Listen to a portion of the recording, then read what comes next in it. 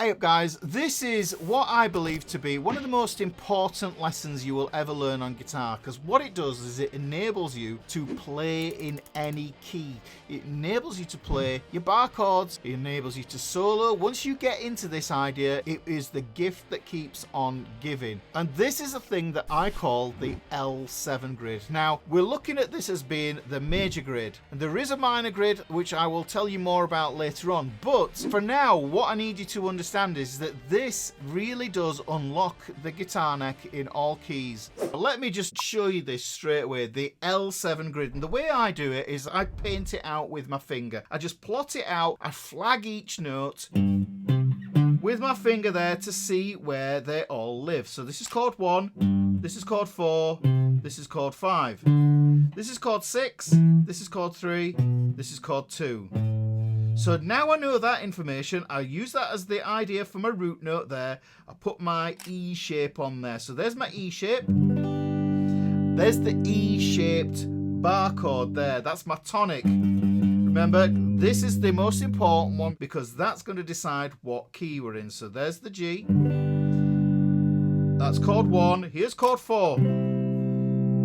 Here's chord 5. Right, okay, so that's the majors done. So 1, 4, 5. The basic 3 chords that we need. 3 chords and the truth. Now let's introduce these minors. And if we remember, this is the L shape. So if I come up here to chord 6, you can see I've got my A minor shape on here. Now if I move over, there's my root note for chord 3 there. And there is my E minor shape that lives on that bar chord.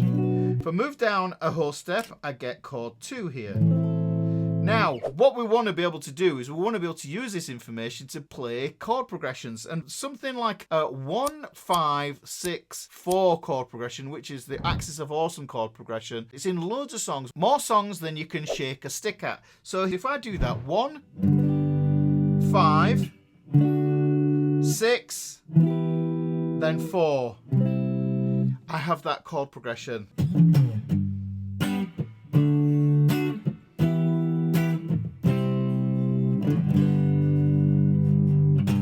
Now it's really important because we're making music here and we need to accommodate the vocal range of your singer. And that might be yourself. And you might find that when you play songs in their original keys, it's very hard for you to sing them. So the super important thing to be able to do is to transpose. You would do it with a capo on your acoustic. Well, here is how you do it with your guitar. And let's just imagine that singing in the key of G wasn't your key. So where else could you sing? And this is what you need to try out. I'm going to take that 1, 5, 6, 4 chord progression there. I'm going to play it in the key of F. Now all I need to do is follow my L7 grid to the new tonic. The new tonic is here on the E string. Here's an E. This is an F. So there's my F. Here's my 1, 4, 5.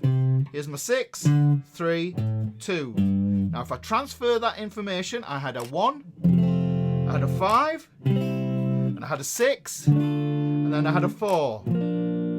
I have found my progression in a new key really, really easily. I'm just following this here. I don't need a cycle of fifths to help me to do this. I don't need a wall chart. I can do this in my head by visualizing it on the fretboard because you play on the fretboard. Let's do this in the key of B flat. Now if we want to, we can go E, F, G, A, B flat, just to find that there. There's B flat. Okay, so if I just follow my grid, there's 1, 4, 5, 6, 3, 2. Major chords go here. 6 goes here.